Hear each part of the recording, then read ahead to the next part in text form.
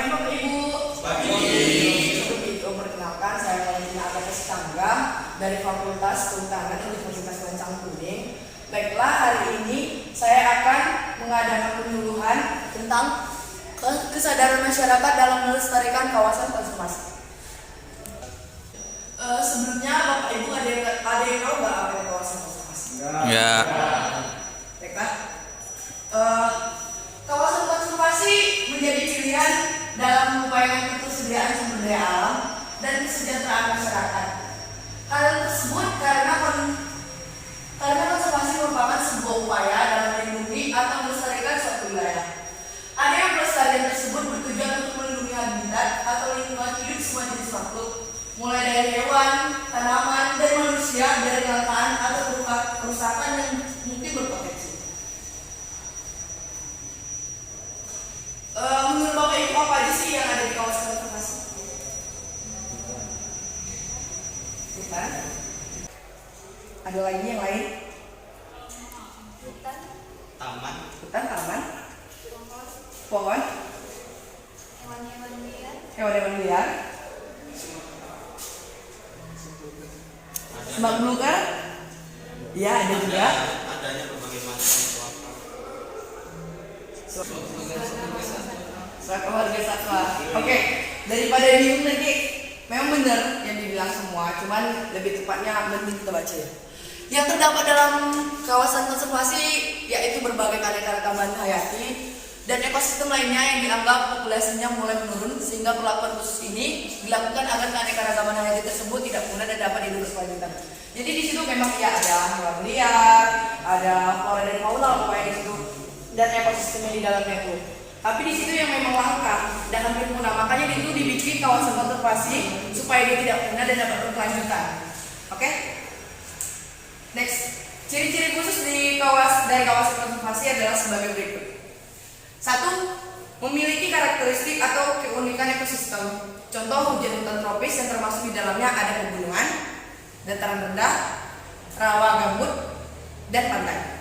Yang kedua, adanya habitat yang menjadi tempat tumbuhnya beberapa spesies dari flora dan fauna.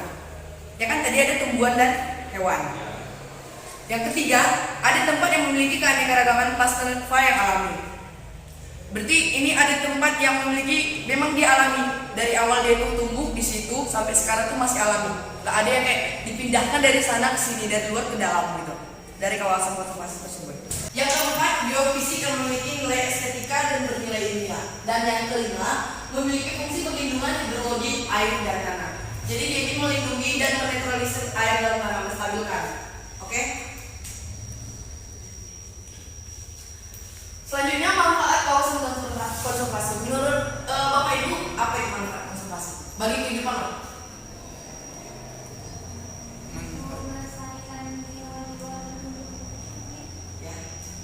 melindungi suatu ekosistem.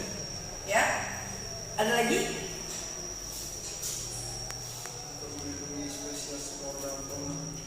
Ya, semuanya membutuhkan.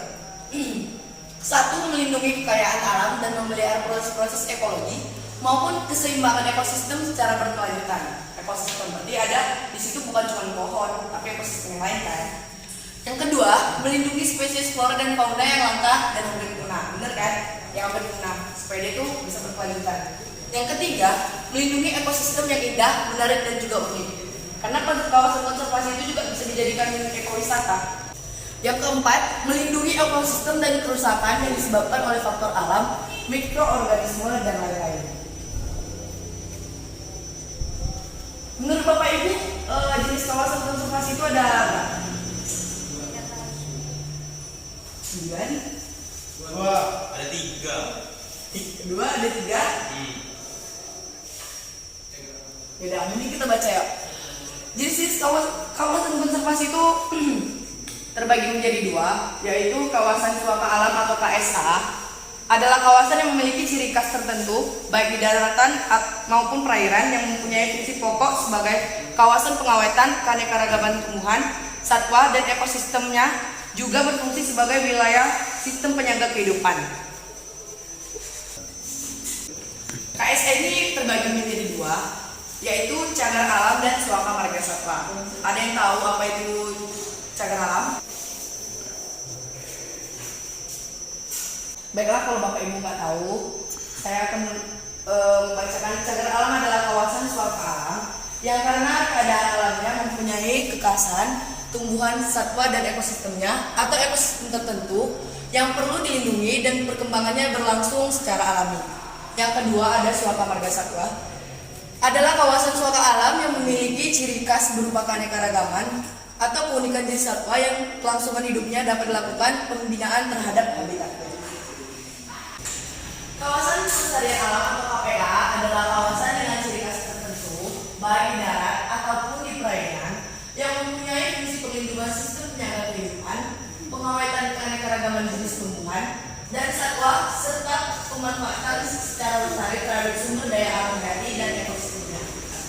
Kawasan pelestarian alam atau KPA terbagi menjadi 3, yaitu 1 Taman Nasional atau TN, kawasan pelestarian alam yang memiliki ekosistem asli. Berarti yang di sini itu tempatnya ekosistem yang memang asli dari situ, dari tumbuh sampai dia besar sekarang. Oke. Yang kedua, Taman Hutan Raya atau Tahura. Ada yang tahu Tahura kan? Pernah ke Tahura nggak? Pernah. Di mana? Tahura yang mana? Sultan Syarif 2. Berarti yang ada di dekat Muara Pajar Parangkinas. Menurut Bapak Ibu apa aja yang ada di situ? Flora dan fauna. Tumbuhan. Penangkaran gajah. Harimau. Monyet. Tapi harimaunya kan kita nggak pernah lihat kan, karena memang dia masih mendalam. Pokoknya ada ekosistem lainnya lah di dalamnya kan. Kan memang Tahura itu kan dominannya kan ada pohon dan ekosistem memang lainnya kan ada di dalam itu. Terus yang ketiga ada Taman Wisata Alam atau TWA, kawasan pelestarian alam yang terutama dimanfaatkan untuk pariwisata dan rekreasi alam yang kayak kita misalnya. Kalau di Tahura kan kita juga bisa berkunjung kan. Nah kalau di sini mungkin lebih dominannya ke pariwisata.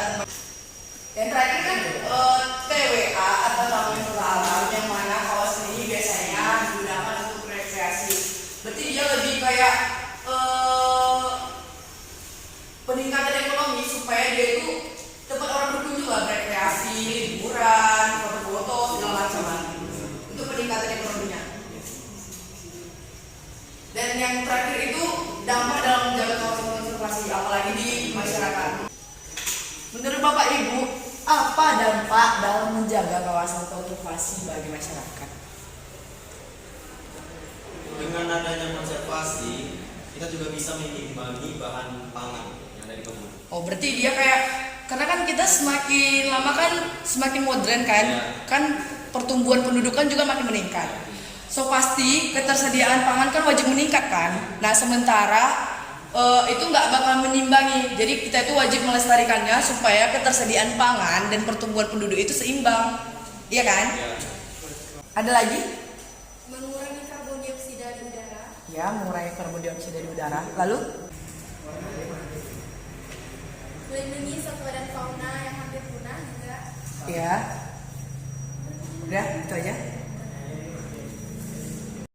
Untuk memastikan Bapak Ibu mengerti atau tidak dari pengarahan penjelasan saya mempunyai pertanyaan pada kertas ini. Silakan Bapak Ibu menjawab. Saya berikan waktu 5 menit.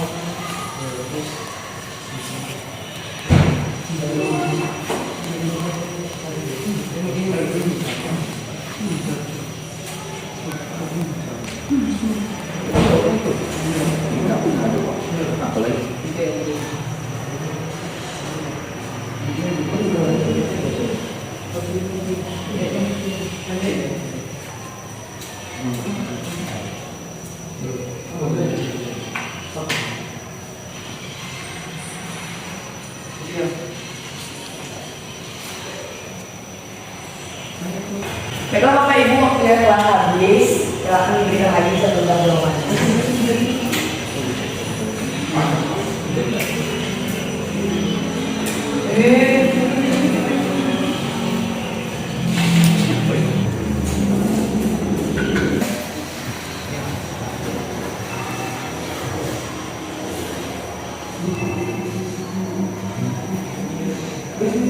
Baiklah, dari keseluruhan jawaban Bapak dan Ibu, saya rasa semuanya sudah mengerti ya terhadap penyuluhan kawasan konservasi tersebut. Dengan saling menjaga dan melestarikan kawasan konservasi, kita dapat melihat dan mengetahui sistem apa saja yang ada di dalam kawasan konservasi tersebut. Selain itu juga kita dapat merasakan berkurangnya polusi udara, memberikan kenyamanan, menahan tanah agar tidak longsor dan banyak hal lainnya. Baiklah, jika ada kata-kata dan kesalahan saya mohon maaf. Saya akhiri dengan selamat pagi Bapak Ibu. Terima kasih atas waktunya. Pagi.